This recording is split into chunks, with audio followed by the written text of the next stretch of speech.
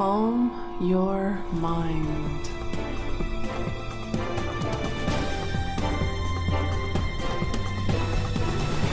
Go with the flow. The goals of an internal artist: Intercept. uproot, Adapt. unbalance, Neutralize. control the center. And counter. Never check your brains at the door of a martial arts school. Remain centered at all times.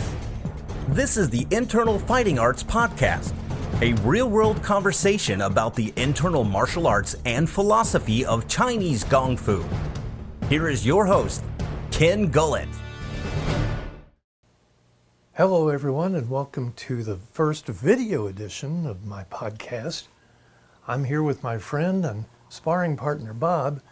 This is the 80th episode of the Internal Fighting Arts Podcast, and you know it's going to be a good one because I'm wearing my cool Tai Chi uniform. This podcast is also available in an audio version. You can find that in the usual locations: Spotify, Google Play, Apple Podcasts, etc. If you like it, please share this video. Bob, are you excited about being in a video podcast?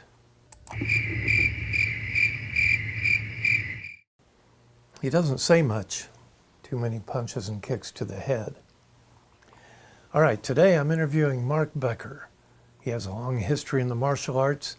He has studied Yang and Chen style Tai Chi, and he teaches Chen style. If you look him up online, you can find Facebook page and YouTube videos. Just Google Tai Chi Beast. That's the nickname he goes by. He's studied with people such as Peter Chang, Liang Baiping, Feng Chen, and Zhang Shushen in San Francisco. All right, I'm ready for the guest. How about you, Bob? All right, Bob and I will be back after the interview.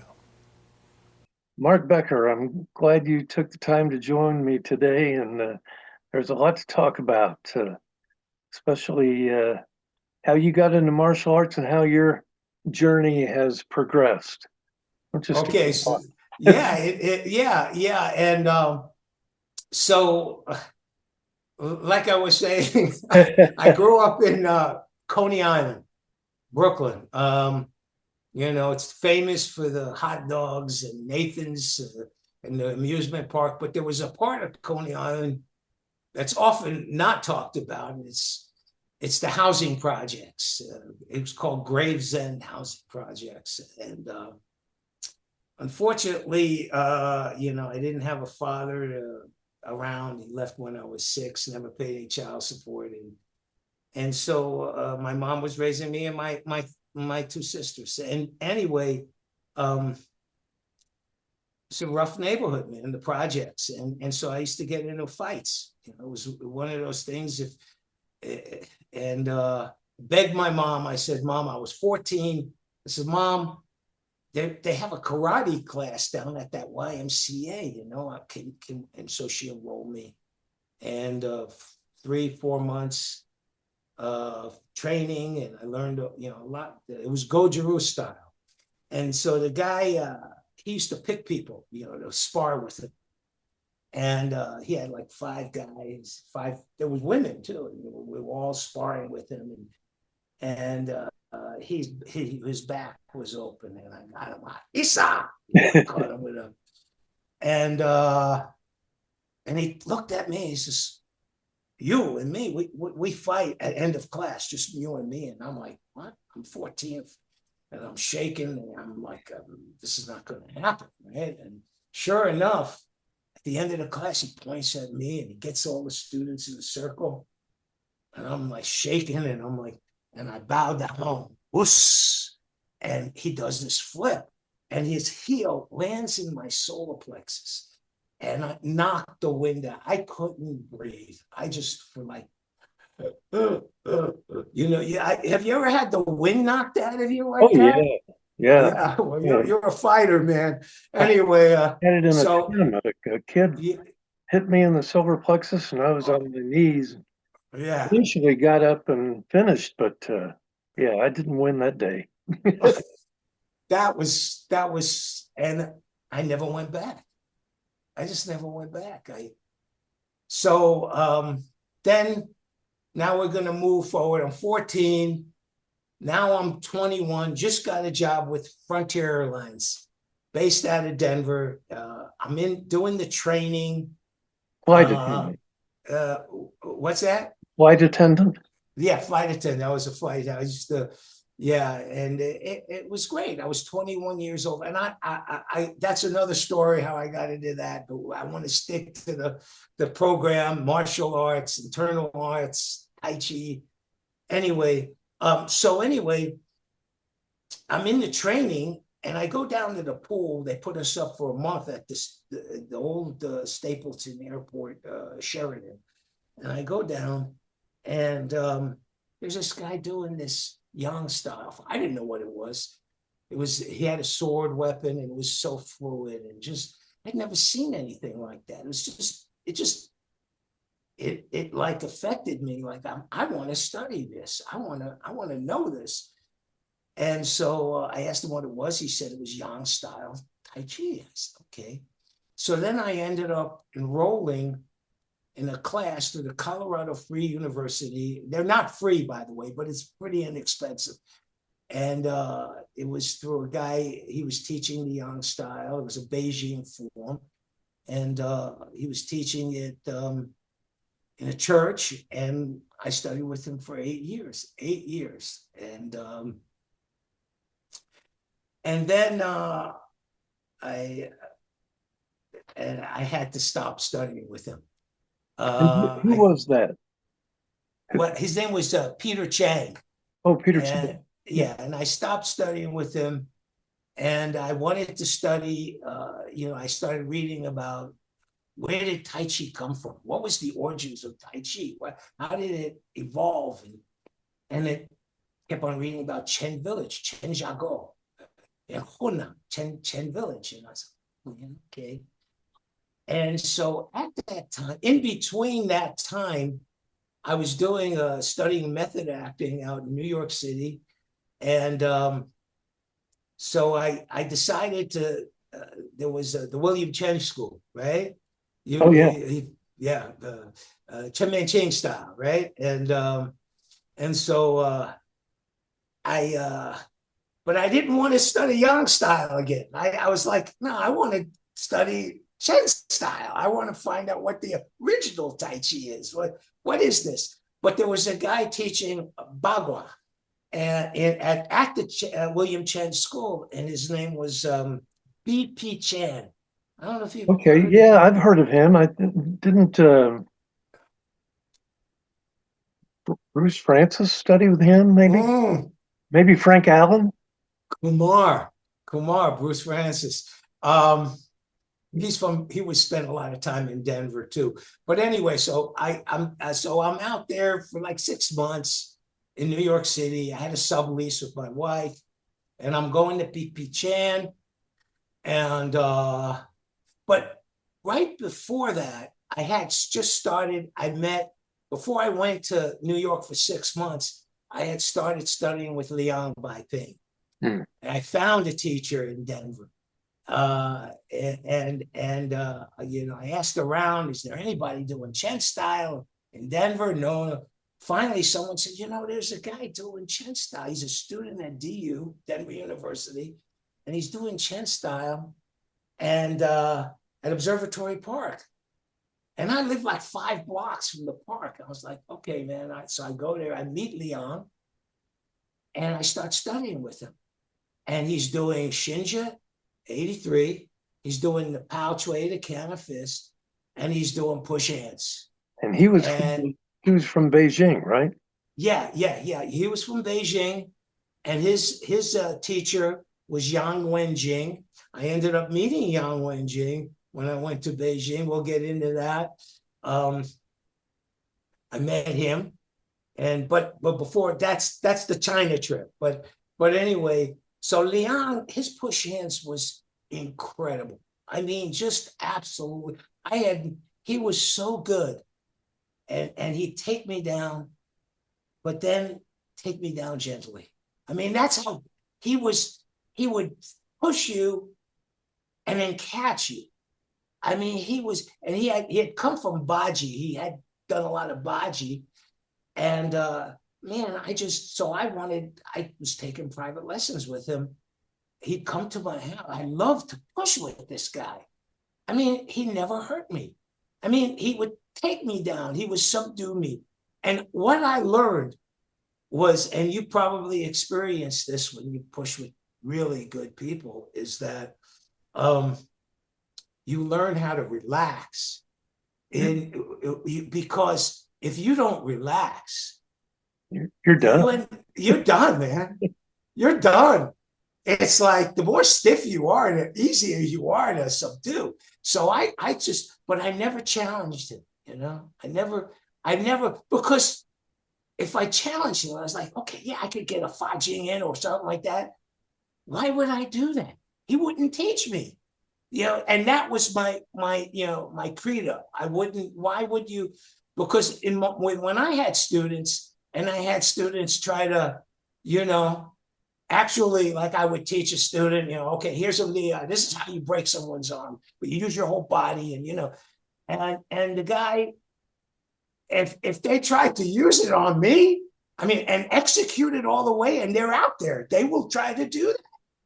And it's like, wait a second, I'm not infallible. You know, we're talking millimeters here, man. If I can't counter that and squeeze out of that with a spiral thing or something and counter that, I'm going to end up with a broken elbow, or, you know. And so I learned a lot from Bai Ping. I mean, a great introduction. All the Jings, Lie, Pong Jing, and really, you know, how to use Pong Jing and push hands.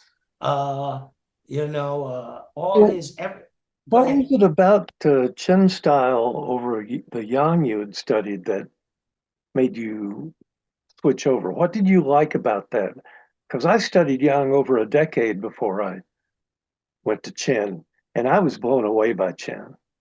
Yes, to me, well, I never did applications with Peter Chen. He never taught applications. He taught the old school way, I guess, which is you follow me, and that's it. If whatever you pick up, you pick up. If you don't, never taught applications, he probably didn't know the applications. He, you know, whether he did or didn't, I don't know, but he didn't teach it. He didn't teach any sort of technique, you know, with details. I'm not sure how you even learn how to do a movement without some knowledge of feeling it in application. Truly, I hear you. And so you can't, yeah. And so when I switched over to Chen style, it was like going from black and white to color. It was like, holy moly. I was like, when I found Liang, and we would push every week, he'd come to my house, we'd do pushing. It was like, oh man, I just loved pushing with him. It was like, and he was his movement is just, I mean, and he never hurt me. He never hurt me. And he could. And like I was telling you, we would have, there would be a workshop by like Liang Xiaoyu in Boulder, and he was the China guy. And Liang's China was incredible. So he said to me, hey, Mark, come with me to Boulder. Mike Sigmund, who was one of Liang's students, he says, he brought Liang Xiaoyu here and just come with me. So Liang Xiaoyu would show these China applications, and I was on the side and I didn't have to pay for the workshop because Liang brought me in. So I was like, oh, this is fun. And then Liang would show me the counter to the workshop, to the China. And it just was incredible. And one thing Liang would always talk about was Master Feng.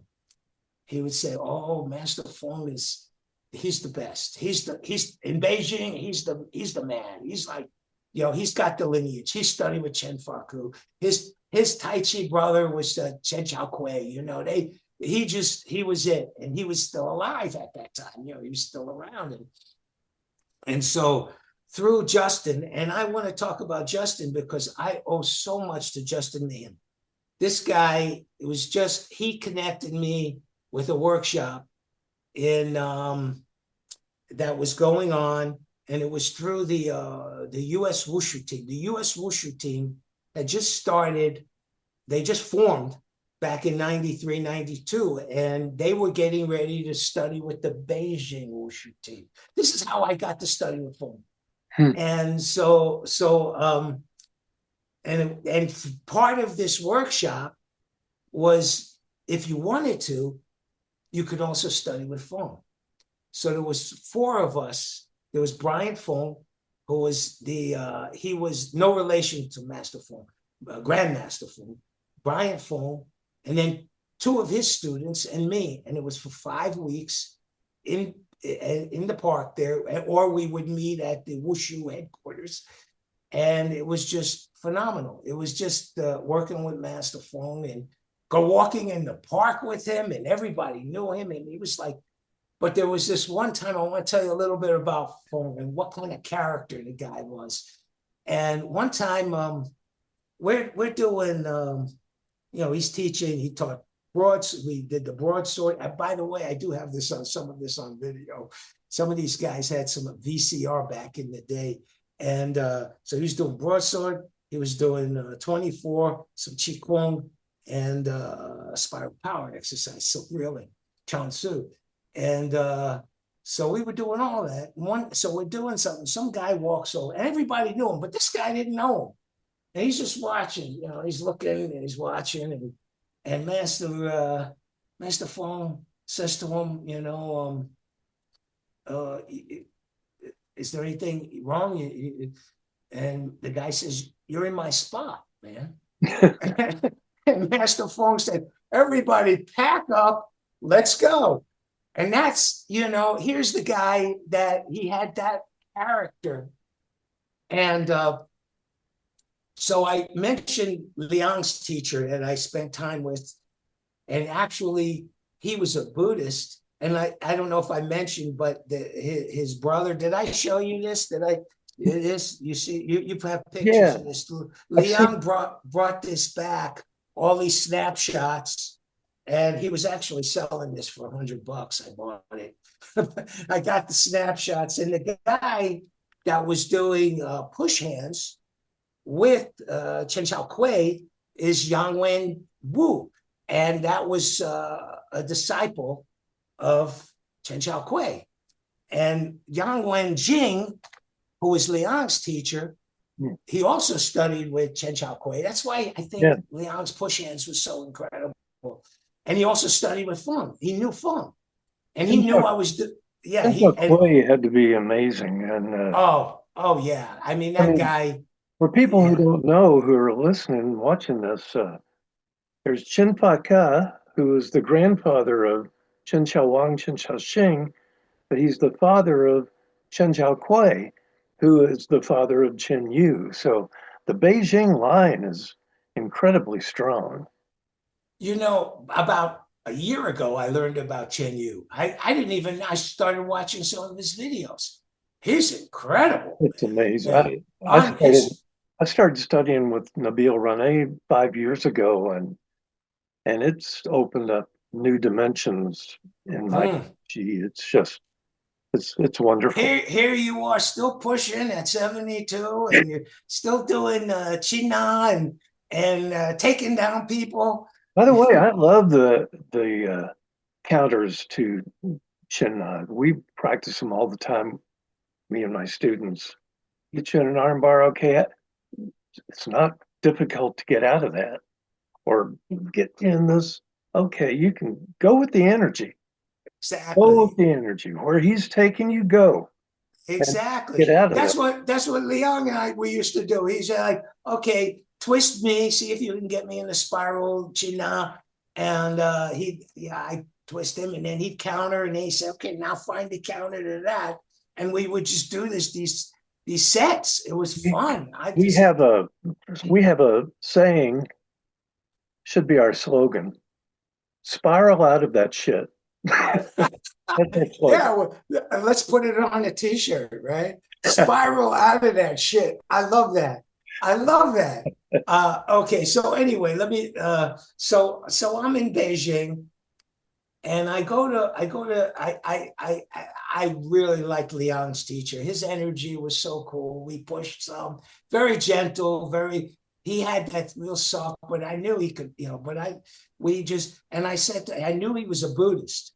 And I wanted to go on a side trip to visit this city called Datong, which is these ancient Buddhist grottos, caves. They're huge, unbelievable. So I asked him if he would come with me, and we spent a weekend, doing that. And I really connected with him. I really liked him, Yang Wenjing. So I said to Yang Wenjing, I says, listen, towards the end of the workshop, with phone, I says, I want to get Master Feng a gift. And the Chinese, they're into you get them a gift, you get them something. And but I said, I want to get him something special. I mean, I want him to like me, man. I just, and so he says, well, let me think about it. And then he went ahead and he got, when I saw him the next time, he says, I know what you need to get him. I says, what? He says, there's a book. It's an ancient book I saw in the bookshop. It's an ancient book. It's a little expensive, but it's got all the Jinglo, all the points, all the acupressure points, all the spot, all that stuff. And he says, I think he would really like that because it's an old book. So I got the book, and it wasn't that much because back then, the yen and the dollar, it was like $10 was like $100 in Chinese yen. So I go get him this book. I wrap it up. I give him the book right before I'm leaving. This is like 2 days before the end of the workshop. And he's just like, oh man, this is. So then, right before I left, the next day, we saying our goodbyes, and Bryant phoned the Wushu, guy, and he says, Master Feng, he wants me to translate for him. I says, okay. He says he says he wants you to study with his senior disciple in the United States.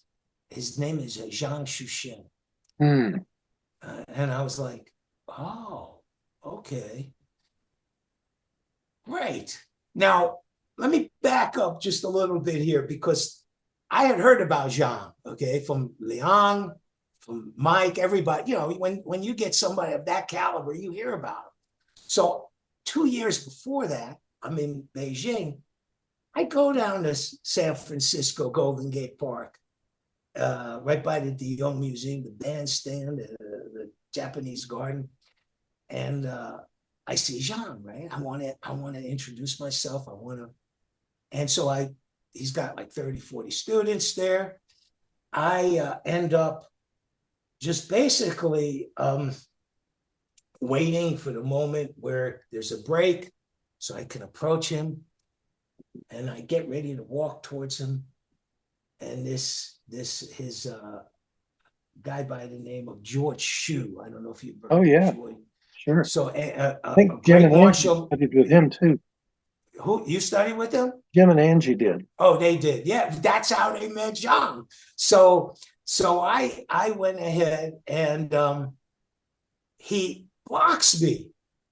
He literally blocks me from going to Zhang. And he says, "What do you want?" And I says, "Well, I want to meet Master Zhang." And he says, "Well, you want to take classes?" I said, "Well, I'm from Denver. I'm a student of Liang by Ping, but I would like to meet a Shifu." And he says, "No, you can't meet him unless you want to study with him and you live in the Bay Area. You can't meet him." He literally did not allow me to meet him. So that was how. Yeah, he was pretty protectionist over him. I don't know. Can you hear me? Yeah. Oh, good. So anyway, I went there. I was in San Francisco for a conference around 2000, 2001, and I went down to Golden Gate Park and I observed for a while, took some pictures when they were doing Chen and stuff.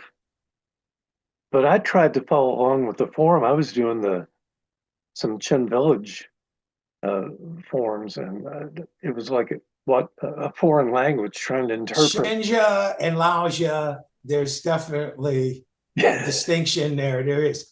So let me just, so now 2 years later, I had studied with Fong in Beijing. So I get my ass down to San Francisco when I get back. And there I am again, 2 years later. I see Zhang and his students and all, and I wait for a break.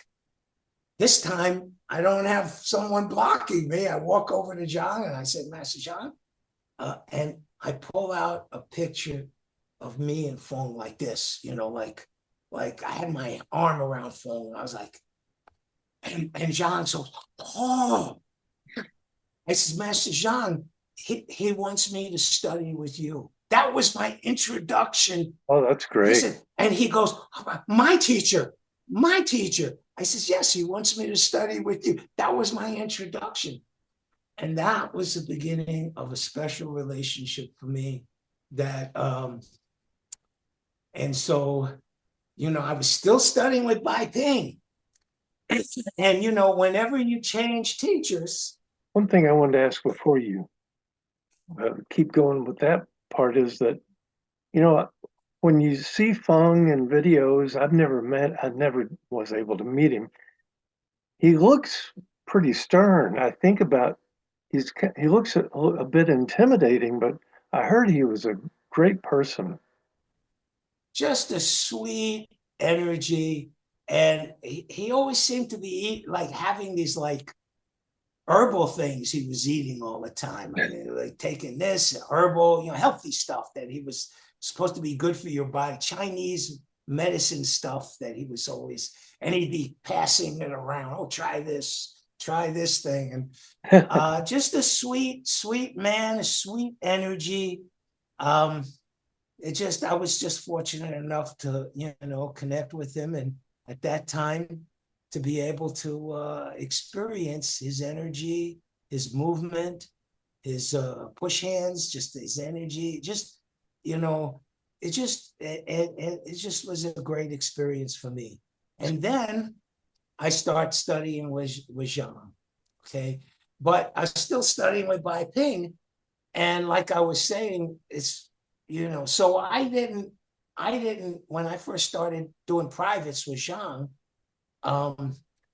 and literally that's basically what I did was privates. I would fly out to San Francisco, and I had money back then, not right now. Back then, I had some money, and and so it was I'm gonna spend that money, and I'm gonna go down to San Francisco as often as I can and study with. And he always made time for me. Always. I'd call him up and say, hey, I'm coming down for a week. I'm going to come down next week. Can I do some privates? We would do 4 hours of privates, 4 hours a day, 2 in the morning, 2 in the afternoon. And I would go to his public class on the weekends just to see how he taught publicly. Totally different, totally. Really? In what way? Okay. Zhang was a mechanic, man. He was a technician. I mean, details. He used to call his details gold. So every detail is a piece of gold. That's right.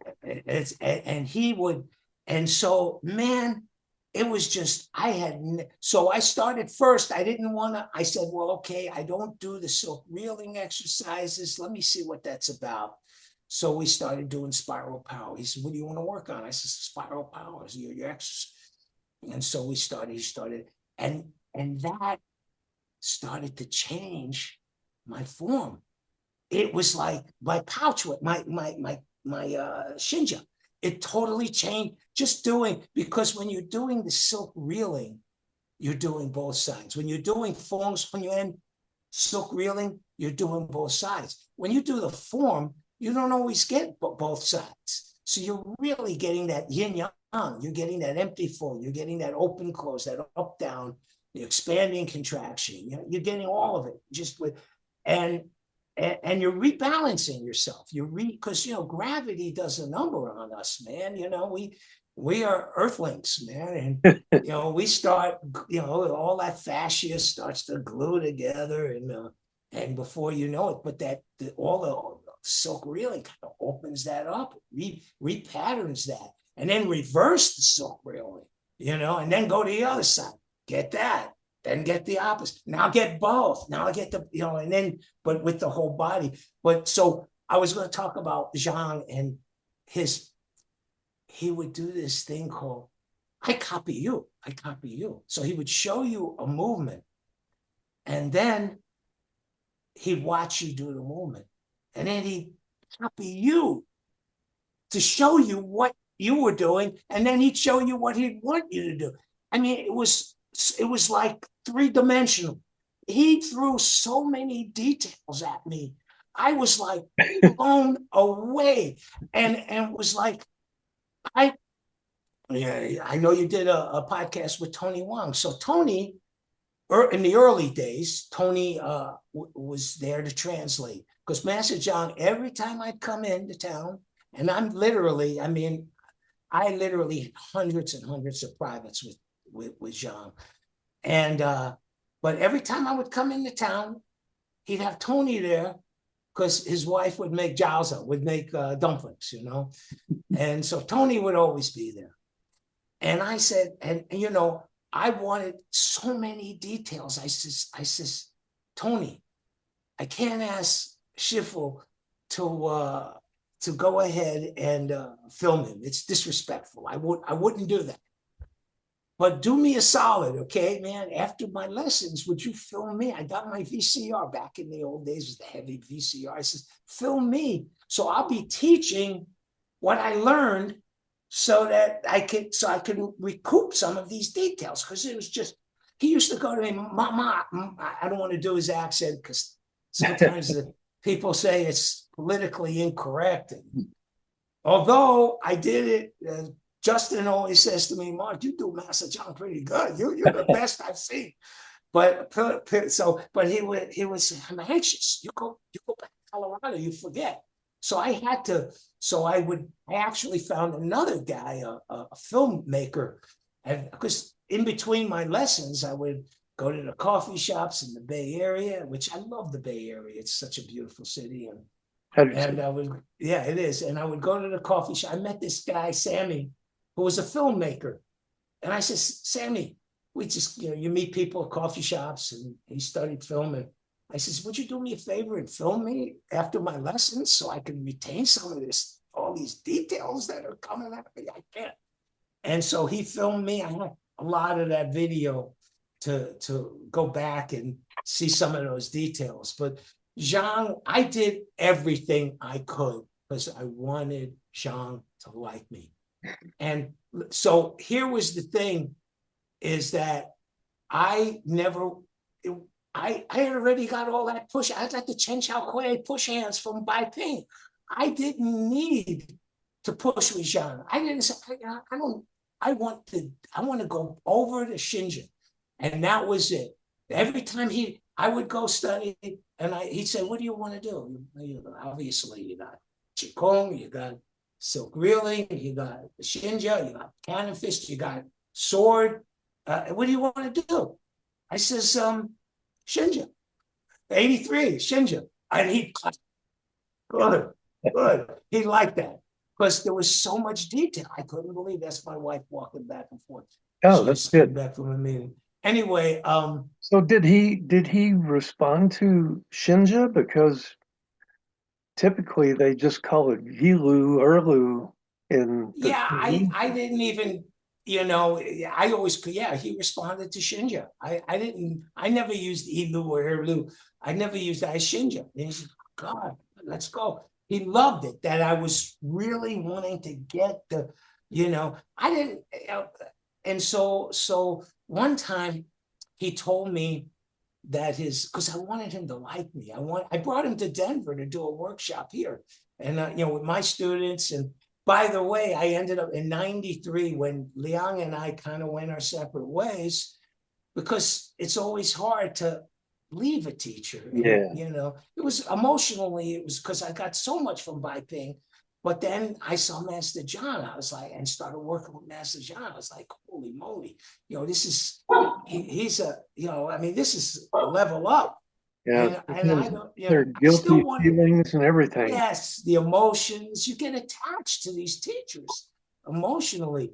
And so he told me once he had this watch. He had an Omega watch that his brother gave him, and that it was stolen from him in China. So I got an Omega watch for him. I found an Omega Speedmaster, and I gave it to him. I said, Master John, you have to give. I was just Omega. He was like, oh, thank you. So one time, anything I could do to help him and make him like me, because he was giving me the juice. And I said, back then, before there was internet, internet was starting, I thought, you know what? I'm going to get him a ham radio so he can talk to China. So I'm on his roof setting up an antenna, and he's like, and I could see him watching me, trying to help him. So, and when we finally got it set up, and he's going, ni hao, ni hao, and he's talking to Chinese, and people, it was, I loved the man. I loved him. He was just such a, and so this is interesting.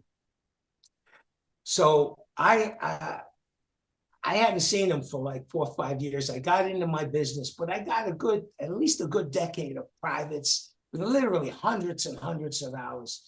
And so I call up Justin, because Justin always had him come down to say, and Justin was a senior student. And I said, Justin, hey, what's going on, man? He says, well, next week they're throwing a party for Master Zhang, and he's going back to China. He's already 95. He had retired like 5-6 years before that. And so I said, hey, Justin, I'll meet you at the Bay Area at the airport. Maybe we could share a room or something. And he says, yeah, let's do that. So then he starts talking. He says, how come you're not a disciple? Because I know you got all the juice, man. I know you got all, I used to see you all. I said, well, I'm not into the titles. I'm not. He said, well, I'm going to ask Master John, make you a disciple before he leaves. And I said, as I told my wife, and she says, oh, Mark, you should do it. You should do it. And sure enough, he talks to, Brian, and he talks to Michael. It's Chinese students. And then he tells me, I said, Master John, oh, Mark, Colorado, because he knew me from Mark. So I got down we did the whole thing, man. And I got on my knees, and I served him tea, him and his wife. And then what I had to do, I had to recite my pledge, my disciple pledge. And I pledge to honor the spirit of martial arts, revitalize Chinese culture, when only Chinese culture I really know is Tai Chi, so that's my pledge, is to revitalize. That's what I'm doing the videos. I'm getting out there just like you are. We're doing that. We're revitalizing Tai Chi, man, because as you know, unfortunately, Tai Chi in America now is sad. What's happening, it. But then also respect my master. I love this one. Respect my master and love my students. Look at that. I mean, really. That's very nice. Yeah, it's, and I can go on, but so it's funny because there was a guy, one of Master John's top students, also senior students. His name was Brian, and he passed away a couple months ago. And but Brian was there during when I got my discipleship, and I owe Justin. I mean, Justin, if I wasn't for Justin, I wouldn't have gotten to China and stay with Feng. If it wasn't for Justin, I wouldn't have gotten discipleship. And so Brian says, well, you gotta make it legal. I said, what do you mean legal? He says, well, you need the certificate. We got to get master to stamp it and sign it and all that. And I said, well, how do I get? He's leaving tomorrow. How am I going to get that? He said, I got it on my camera. So we managed to we printed it, and so then check out this. But this is the interesting thing. Justin's slick, man. Let me tell you, he's slick. He says to me, oh, so after we had the celebration, and there's like 10, 12, 15 people there at the party, his disciples. Justin says, well, it's tradition. You got to take all the disciples out for dinner. I says, what do you mean? He says, oh, yeah. He says, listen, when I went through my discipleship, it cost me like $5,000. I had to, rent out a catering, I had to rent out a place for it and all this. And he got me, man. I had my credit card. We all marched down to a Thai restaurant. And I'm like, oh, man, I don't know how I'm going to explain this to my wife, but $800 that night. But that's okay. I'm glad I did it. And I love Justin. And but he's slick. He's an attorney, he knows how to operate. Well, if I see you, I think I have an idea how to get a free dinner out of you then.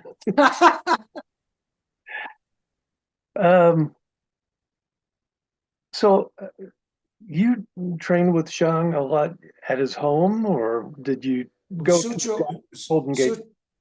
Not Golden Gate. We would meet at Sutro Heights. Yeah. And that's where he was like, it was all the Tai Chi.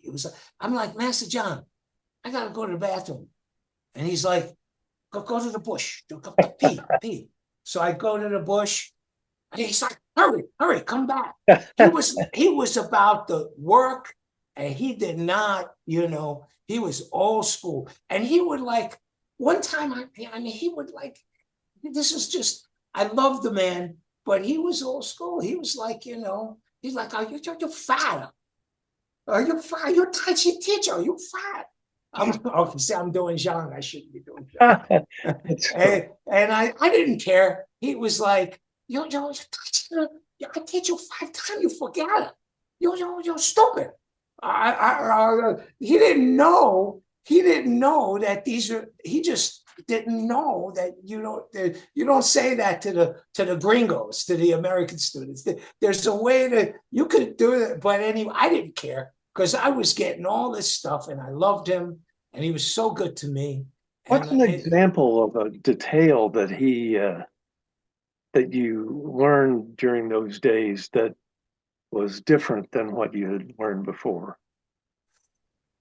Well, all the details, so good question. I'd like to get I want to walk away with some technique. Okay. So one thing, I'll throw a couple at you. All right. One is front and back Dantian. Because I had always heard about rotation, Dantian rotations. I remember I went to Master John. I says, okay, I hear in my head, oh, I've been doing Shenji for 8 years, Pao Chui 8 years. I know this stuff. I just want to know where the secrets, where the internal stuff is. And I says, well, how are the Dantian rotations, huh? And he looked at me like I was from Mars, man. He was like, well, you have no idea, man. And so anyway, he would front back Dantian, every movement, and this is Feng's genius, man, is his and what he got from Hao Yo Shen, the guy that introduced him to Chen Faku, who was the Xing Yi master, and also Taoist. He was totally into Jing Lo and all of that. And so every movement, I mean, so when I was doing like front back dantian, it's not two dantians, it's one dantian, but it's always shifting from front to back. So and then it's coordinating with open and close. He taught me about high shun, open chest, closed chest. Every movement, it's coordinated. So back dantian, is that the back dantian like the Ming men? Yeah. As you're curved, your body, you go into back dantian. Yeah. So you're always going. So if you're going front, here I'm front dantian, and now as I'm shifting back, I'm going back dantian. But it's coordinated with empty, full, open, close. So here, this is another thing he taught me, which was coordinating upper and lower. Okay, it's all about timing, man, and it's detail. So the chest, if you're opening. And then later on, I started looking at, well, what's this area as well? It's Ren 17. It's the Sea of Qi. It's the governor, man. And that's how what was Zhang, his Qi, and it depends. I mean, with his Qi, I would feel his Qi. When I was alone with him in the park, you could just like, whoa, it's like a force field or something. I felt it, but his fingers would get so fat. I mean, you would see it just like float up. For me, the chi bubbles up like a teapot, like when you heat, when you're heating tea and it's bubbling up in the teapot, it starts to ball. It's like bubbling up, man. And it's when I open the chest, and so, but if the chest, see your sternum only opens like. You only have that much to open. You only have maybe an inch or two, right? But then your arms, whether you're doing the movement, it's got you're working with a couple of feet, and then your knees, you only got a couple. And so you have to coordinate all of that together. It's so detailed. And Jean was, oh man, I loved him so much, and he taught me so much, and I'm just so blessed, and the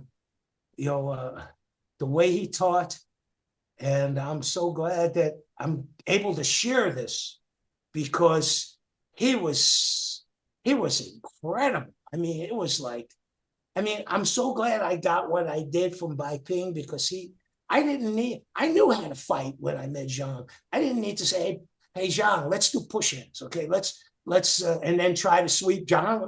No way, man. I was like, I didn't need that. He was 65, 60-ish, in his 60s when I first started with him. And he had already done all that stuff. He didn't, and I think he appreciated that I was into the Shinja. I wanted to know, because that's where it really came from, right? Laoja and Shinja, it came from that. And then the spiral energy and all that other stuff. It's all there. It's a spiral. And then also you're coordinating shun and ni, shun and ni, counterclockwise with your arms and hands. And then you have to coordinate that and opening and closing it. And then bending the waist. And the waist only moves this much, and then sinking into the quad, all this stuff. Oh, yeah. You know what I'm talking about. I really love the term dragon body. I never heard that. Yeah, some say like a serpent, but it's that folding through and twisting and opening and folding and moving like a dragon. I love that, and that's what opening, and then cool. So when you're opening, which is Kai, Kai is opening, Kai, and then you're closing. You could see as you open, there's like this snake dragon thing going on, and then we didn't even talk about breath, because I used to, Mike had that thing where in the old days he had that the user group, and they used to talk about reverse breathing and all that's that. That's how I heard about Chen style, and that's how I I asked them, is there a master near Chicago I could study with? And they laughed at me because master. But they Yeah, recommended me to Jim and Angie, and that's how I started Chen Style. That listserv in 1997, that yeah. he and some of the other Chen guys, Chen students, were on there, and I heard about Ground Path, Hung Jin, stuff I That never was heard about with I, Young Style. I use Mike's term because he used a lot of engine. I use that when I'm teaching ground force vector, I do man. too. I use that. That's Now, when someone starts with me, I start them off first thing. All right, let's do these ground path exercises. And now Pungen, you put those both together. You got to have that in every movement. And then you start on the Kwa and the Dantian and spiraling. Put those mechanics together. Now you're ready to start the form. another thing Zhang used to always say is whole body together, whole Yeah. body together. So you don't move your arms unless you're moving your knees. You see, you don't. And then when you come down, you're always and he would catch me on that. He would slap me. You move once you bounce, not bounce. I'm like doing the form. You know that one where you take the guy down and you're coming in, and he's like you bounce. Oh, and then he would say, when I wasn't connected, he would say, Tai Chi are empty Tai Chi. And he would call me out, man. He's gone now. He's moved on to where we're all going, right? Yeah. We're Master Fong. And interesting, I would always say, man, Chen Falku died in 57. I was born in 57. So maybe I got some of that spirit. I don't know, man. I'm sure I would have, What was it like for you the first time you went to China? What was that experience like when you? Well, I was going to tell you. So in Beijing, I didn't like the food. Did not like the food in Beijing. It just now funny. When we stopped off in Hong Kong, the airport, the food was great. So I guess different regions, different. It wasn't. But so we went on that tour, and then I decided to go to Chen Village while the guys went to Shaolin Temple. And I got a taxi, and back then it was a dirt road. Okay, it was a dirt road, and so I got a taxi to take me to. It's like a 2-hour ride from Zhengzhou, the capital. And so I'm there, and I don't know anybody in the village. I don't know where I'm going in the village. I see these guys doing some forms, so they're Laoja, so I stopped the taxi and I say, hey, me, I do Xinjiang. And so I'm trying to communicate. They didn't speak English. Mm-hmm. All of a sudden, okay, like a mirage. I'm serious. Like the dirt, the dust from the road. These two big tour buses pull up. I mean, huge buses on a dirt road all the way down, and they stop where I am, and I'm like, what? Oh, maybe they know what's going on here, and it's a guy by the name of Sinte. You ever heard of Sinte? Sinte was my first. Sinte is your friend? My first teacher. Oh my goodness! In Lexington, Kentucky. Lexington, Kentucky. It was Sinte. You're kidding? 1973, baby. I was 20 years old. Oh my God! One of my students, you might know him. Andrew. He was studying with Sinte. Anyway, so Sinte is on this bus, and he's also got a can you? What a small world. So Sinte had just come back from the Shaolin Temple, and he's wanting, because he taught some Tai Chi also, but mostly it was Shaolin. And so anyway, he's also got half of his, he has a branch in Denver. It's called the Swords, David Sword and Sharon Sword. And I heard about them. I knew there was a Shaolin school up there in Arvada or wherever. And so half the students are from Denver, and Sinte is on there, and they're going to visit. He's taking everybody to visit Chen Village, and they're telling me that they're going to put a big demonstration for them. They had paid for a big demonstration. And I'm like, what timing? This is incredible. Can I hop on the bus with you guys? And they're like, yeah, come on. So I hop on the bus, and I'm talking to these guys from Denver. I'm like, hey, dudes, hey, and he had video camera. I said, can I get a copy of this when we get back to Denver of the demonstration? And I'm like, oh, don't worry, get my name. So we're out there, and I told the taxi, follow us. So the taxi follows us. They put on this huge demonstration, all the movements in sync. They're doing the lounger, they're doing the weapons. There are, 50 people from the village doing this whole thing. And so, maybe about an hour and a half demonstration. Okay, it ends. Say goodbye to all the guys. Thank you. Give me your number. Send me, I want that video, blah, blah, blah. So they take off. The buses take off. So I'm looking for my taxi. I find my taxi. And as I go to my taxi, these Chen dudes, they come up to me. I've got like a mob. They mob around me, and they're like, whatever they're arguing.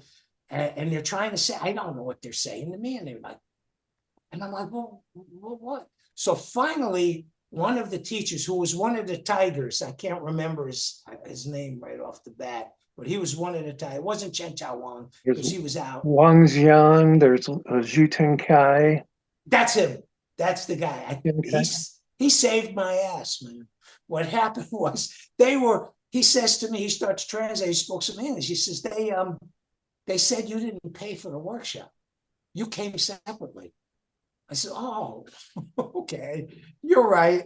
I didn't pay. Okay, so how much do I owe you guys? So I pull out my wallet.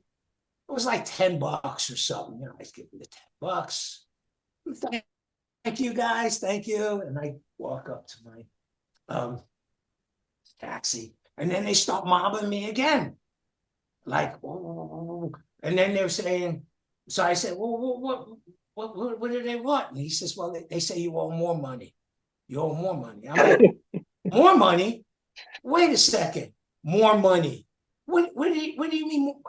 Now wait a second. Wait a second. This is now you're, and so. Hey, I'm from Brooklyn. Hey, I'm from Brooklyn. So anyway, he's arguing. He's arguing with them. And I kind of figured, I say, hey, leave the guy alone, man. He's going, don't let him. So he's arguing with them. I run for the taxi, and I jump into the taxi, go. And I look back, it's like a movie. They're running and with the dust of the dirt road, and they're running after the taxi. I'm like, holy moly.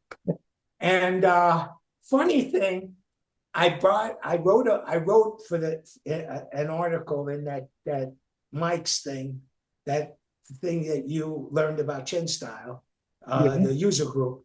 It was called the Nasia List. Nasia List. So I wrote something on there, and I wrote it, and I was sharing this experience, and I wrote Chen Village Bring Money. That was the title. And so a student of Ben Lo contacts me, and he says, hey, I showed your article to Shifu, and he wants to publish it he had a magazine, he had a column in a Taiwan magazine or a Hong Kong I don't know. And I said, let me ask my Shifu, let me ask John. So I go to Tony. I says, ask Master John. He said, okay.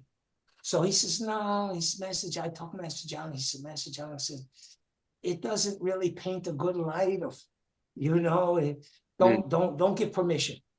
So me and Tony, we go down to Ben Lowe school because I wanted to meet Ben Lowe. Tony wanted to meet Ben Lowe. I met him and I told him, we can't.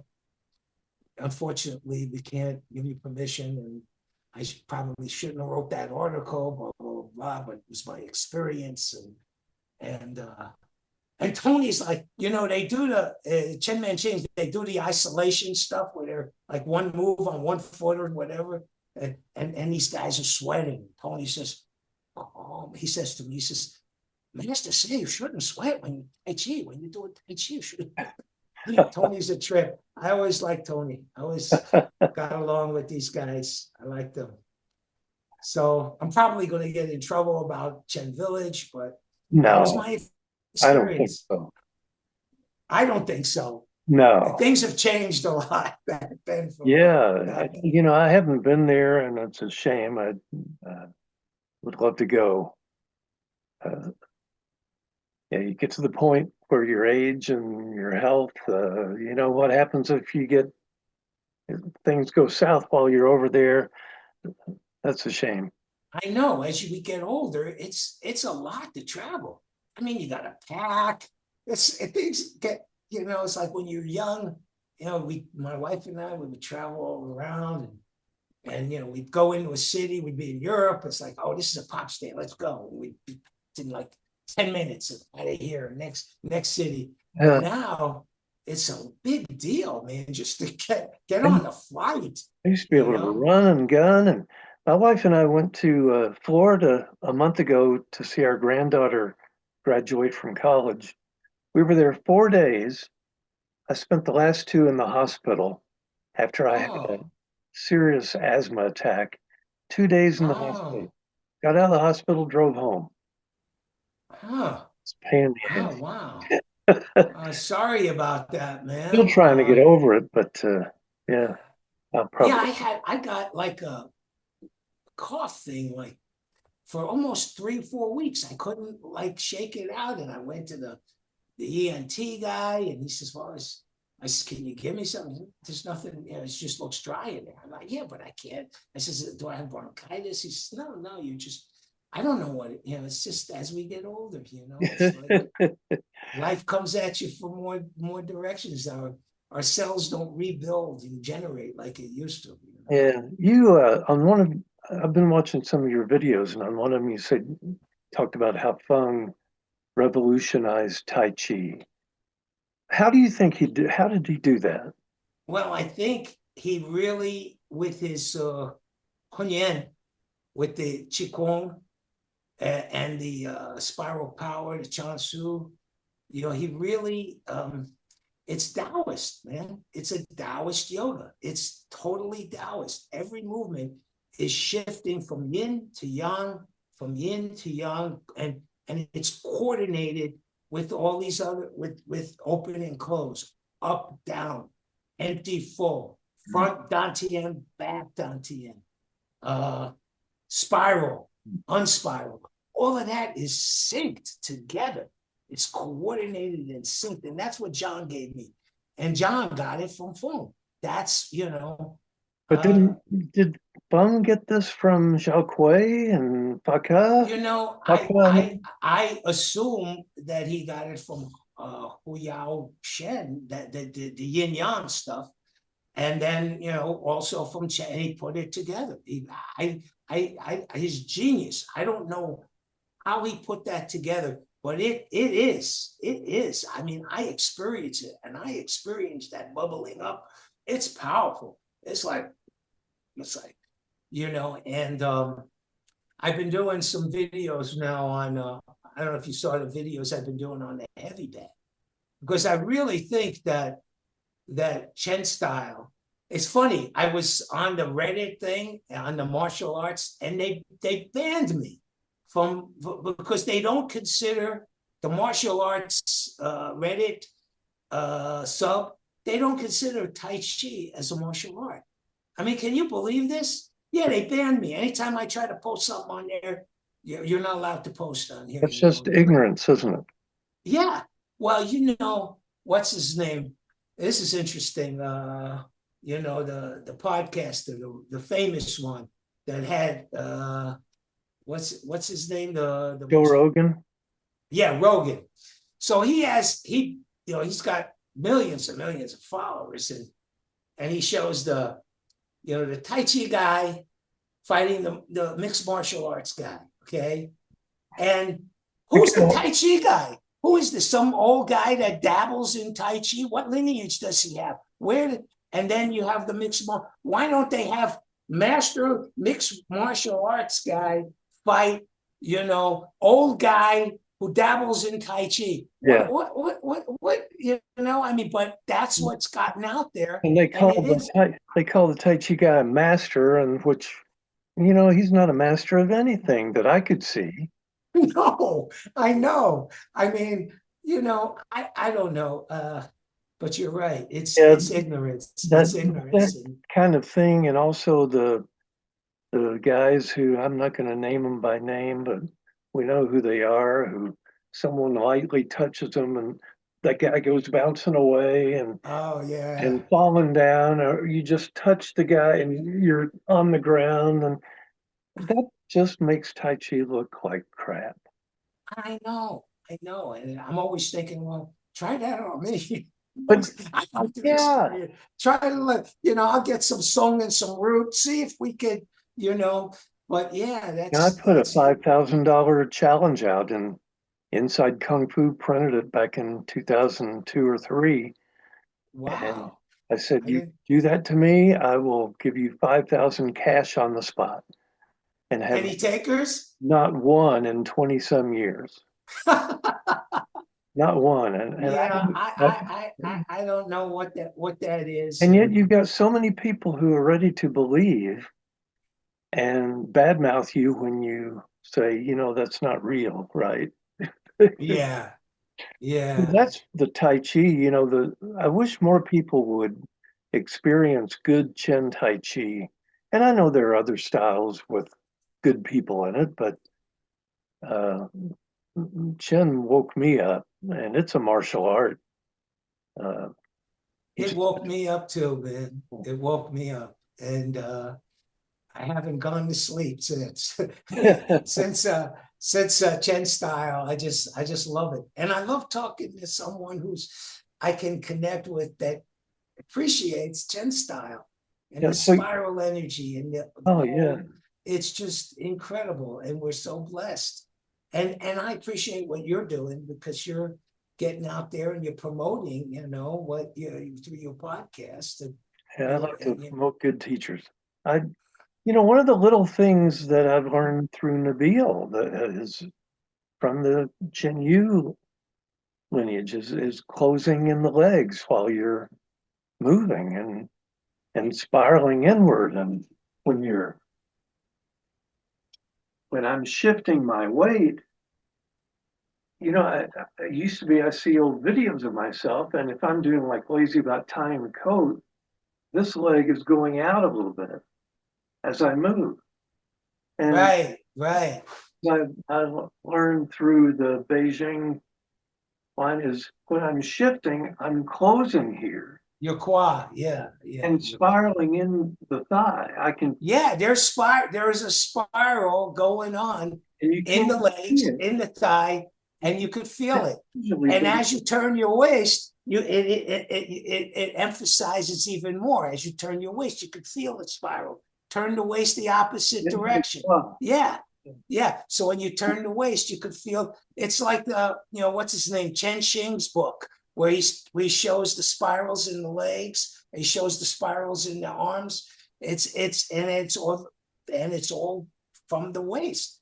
And the waist is it's a ball joint.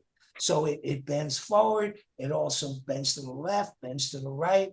So, and that's another thing. Every movement is to the left, and then goes to the right, and then goes to the left. It's all there, right, left. It's all there. One thing, and I noticed, I watched you do a little bit of form in one of your lessons, and I could see that John did the same. John got on my knee, because I used to drop my knee down, and I'm sure Jim and Angie got on you on that, because that you could really hurt your knees in the long run if you don't open your quad and get that knee aligned with the rest of. But I'm talking about this, okay? I don't know if you can have to get back. Well, no, I can't. Wait a second. Let's see. I'm talking about. I don't know. Can you? I can see a little No, bit. I can't. Hold on. I can't. I can't get back far Yeah, enough. but I know what you mean. Maybe Yeah, it's dropping that knee inwards. You have to. see people doing things like Buddha's warrior, and they'll that knee. Yeah. That's it. Yep, that's it, man. Then they'll That's come it. here and they'll go there. And yeah, don't do that. Yeah, you're right. That's it, man. That is so. And he got on me right away. He said he would smack my knee. Very important. But you see so many practitioners, Chen stylists, that drop that knee in there, and they should. What really helped me was when I started closing in the leg and feeling it in the foot, going little toe to big toe, almost a drilling into the ground. That's spiraling, and that makes the knee really steady. Also another thing is the alignments: elbow, shoulder, knee, foot. Yeah. That was, and you probably got that from Jim and Angie. Elbow, shoulder. Yeah. That Zhang was like, don't get out here. Don't bring that. Elbow, knee, hip, shoulder. That's your alignment. You come back out here, you're throwing your shoulder out. You have to keep your alignments. And that's one of the things I work with people. I tell them, these are the alignments, because I don't want them hurting themselves. These are the alignments. Don't go out here. Stay within your, and Bai Ping, in the martial art part of it, Bai Ping used to talk about, is your Tai Chi base. You want to keep your base. And the way I describe it, and Jim and Angie taught me so much good stuff. But it's your power zone. Yeah. Once I break this, I'm not. Yeah, you throw yourself off of alignment. You're out. I even see some people doing single whip, and they're yes. breaking it. They're breaking. And not only that, they're opening too much kai shun. You have to. It's subtle. It's very subtle, the opening and closing. It's all related. It's I'm glad you got some good stuff from Jim and Angie. And I know where he gave you, and he got it from John. I know he got a lot from John. They took a lot of private lessons. I used to see them all the time there. And I'm like, man, Jim and Angie, they're taking a lot of privates, man, just like me. I was like, and then there was another gal there. Her name is Kat. She kind of took over the Master John's class by the Young Museum in Golden Gate, and she got a lot of privates. She got a ton of privates. From what happened to her? She's still there. She's up in age, but she's still teaching. And we're on Facebook. We connect, and I'm on. And I just reconnected with Jim and Angie, and good. And I need to reconnect with Tony. I talk with Justin pretty regularly, and his wife. But that elbow knee connection you were talking about earlier, that helps you not go out of your power zone. Yes, if the knee connected to by connected people, you have to. Not everybody learns this, but the elbow and knee, if I'm doing a move like Buddha's warrior, the elbows and knees are really connected here. Exactly. You don't want to go out of your base. No, don't do that. Don't do that. No good. Don't go out. They're still connected. Yes. So how far is Moline from Chicago City? About 2.5 hours west. So you're a little ways. We're on the Mississippi River. Because I have a good friend in Chicago, and I get over there sometimes. Yeah. Well, I was thinking, boy, I'd love to get together with you and do some push in, do some.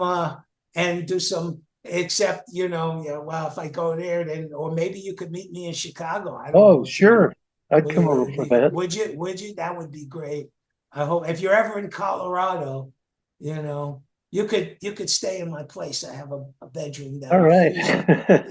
downstairs.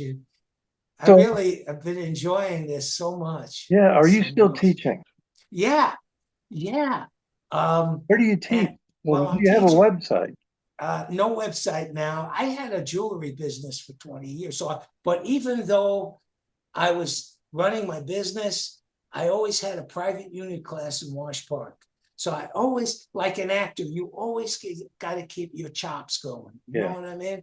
Teaching, teaching makes you a better student. It makes Sure you a better. does. It does. Because you've got to know more than what. And so actually, I'm teaching to the why here, and which is, they're older seniors. It's funny. I was teaching them, and I was doing the 24, and they weren't coming back. I was doing spiral power, they weren't coming back. So I said, you know what?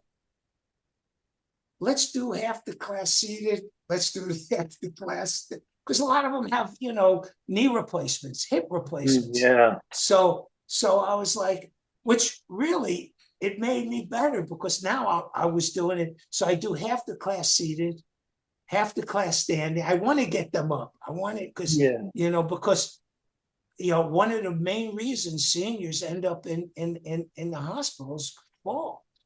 And there's nothing as good as Tai Chi to rebalance your body. Spiral power exercises, the message always a spiral power. People call spiral power, but Chan Su, it's the same thing. Chan Su Chin, or the also silk reeling. It's got 3 names. I don't know what to call it. What do you like better? Silk reeling. Silk reeling. I don't speak a lot of Chinese in my. Me either. I don't. So I'm there. I've got that. See, when I had to shut down that private unit class for COVID, because my wife has a immune deficiency, and I didn't want to bring anything to her, because you're doing push hands and you're breathing on each other, and I didn't want to bring anything, so I shut that down. And when you shut those down for 3 years, trying to reconnect to my students. And so, but I thought, well, you know what? I'm just going to do videos, man. I got to spread this, revitalize this, and share this with the world and share these details. What am I going to do? Take it to the grave, man? What am I going to do, man? I mean, where you got to pass this stuff on. Yeah. These details. The one thing I like to ask people, well, the next time you practice on your own with no one around, what skills are you still trying to get better at? So I always Shinja. I do the 83, okay? And I'm always watching, like if I go to the health club, I like to work, I like to do Tai Chi outside. That's always the best. But I'm always just concentrating on all the yin yang elements and connecting them, and the timing, and upper and lower. I'm just constantly going through, tracking myself and my breath. And we touched on that before, but breath, man, is, when I first started learning, they said, just breathe naturally. Let the form take you. But then Zhang started saying, okay, and we were doing the silk reeling, and he said, okay, as you come down and you're closing, I want you to breathe in like full, right? So that breathe in. And I started doing a lot of that, just breathing in as I was going down, because it makes sense. It's like, okay, and then as you're expanding, right, breathe out, because your breath is aligning with your movement, right? You breathe. Think of weightlifters, right? As they go up, they breathe. Or when you're striking, right? You throw a strike. Yeah. You're breathing out in your whole body. So I started doing that 25 years ago. But of course I did the reverse. So that's what we do. We in situations like that, we do both. We breathe in, we breathe out. Yeah, both. We experiment. We do yin. There's always a little yin and yang, a little yang and yin. Whether it's empty full, man, empty full. In one of your videos, you said you like elbows. I like elbows too. Oh, elbows, they're all in here. And not only that, but every movement is a circle. See, I didn't realize that the circle, the yin yang symbol. When I look at the yin yang symbol, I'm always looking at black and white. You got the little white dot in the black, the little black dot in the white, but you kind of skip the circle. It's like, where's so it's like whether you're doing, you're going into one circle, going into another circle, another circle, another circle. Yeah. It's all circles. It's all there, man. Circle, circle, circle, circle, And when someone's getting you in a lock, you're spiraling out of that shit. That's a circle. That's a circle. So you use the spiral. I always say, okay, you're stronger than these weightlifters, these trainers at the club. Okay, you're stronger than me. I can't pull out of this, but watch this. Okay, but if I use spiral power and use my waist, I come right out of it. It gives me more power, more strength. And that's what you use that in technology, right? They use spirals. Think of the drill. Even in sports, and from the Shinja, or you do the Lauja, but you always you do the leads. You do some leads where you lead back. So like, okay, you come down and then you wind up. Yeah. And then watch from here, you lead this way to come back this way. Yeah. You see?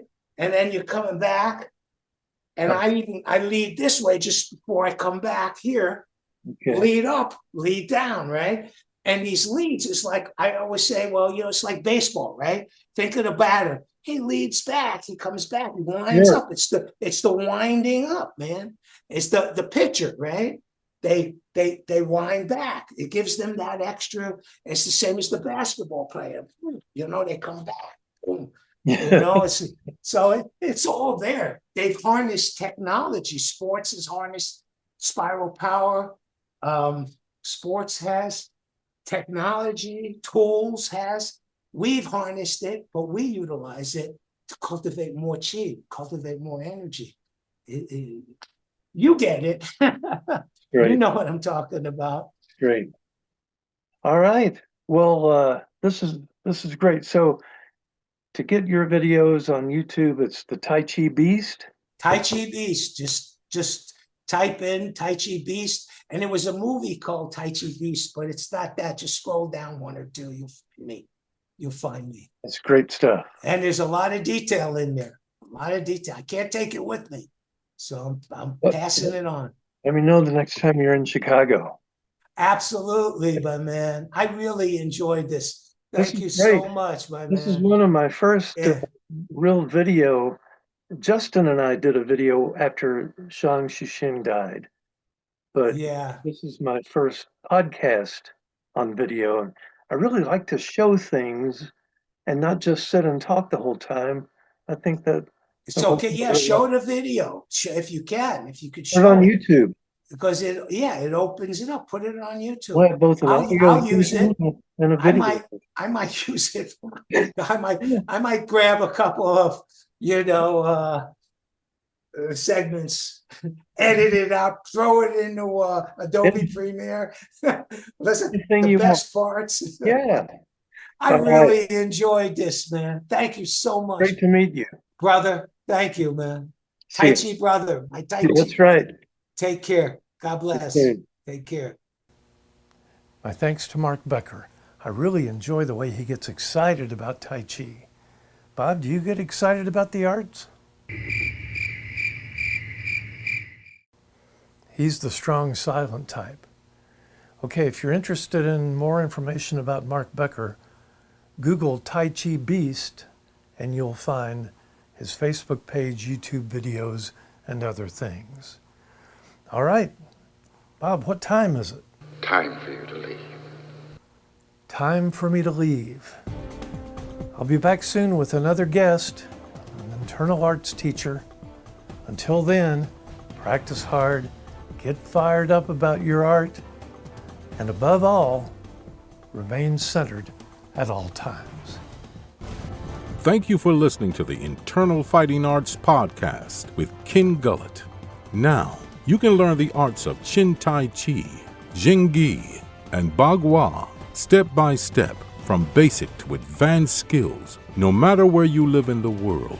Go to internalfightingarts.com and try 2 weeks free at no risk. Imagine nearly 1,000 video lessons and PDF downloads, 3 live Zoom classes each week, and one-on-one private lessons with Ken. Join members around the world and learn the internal arts for health, fitness, and especially for self-defense. Check out internalfightingarts.com.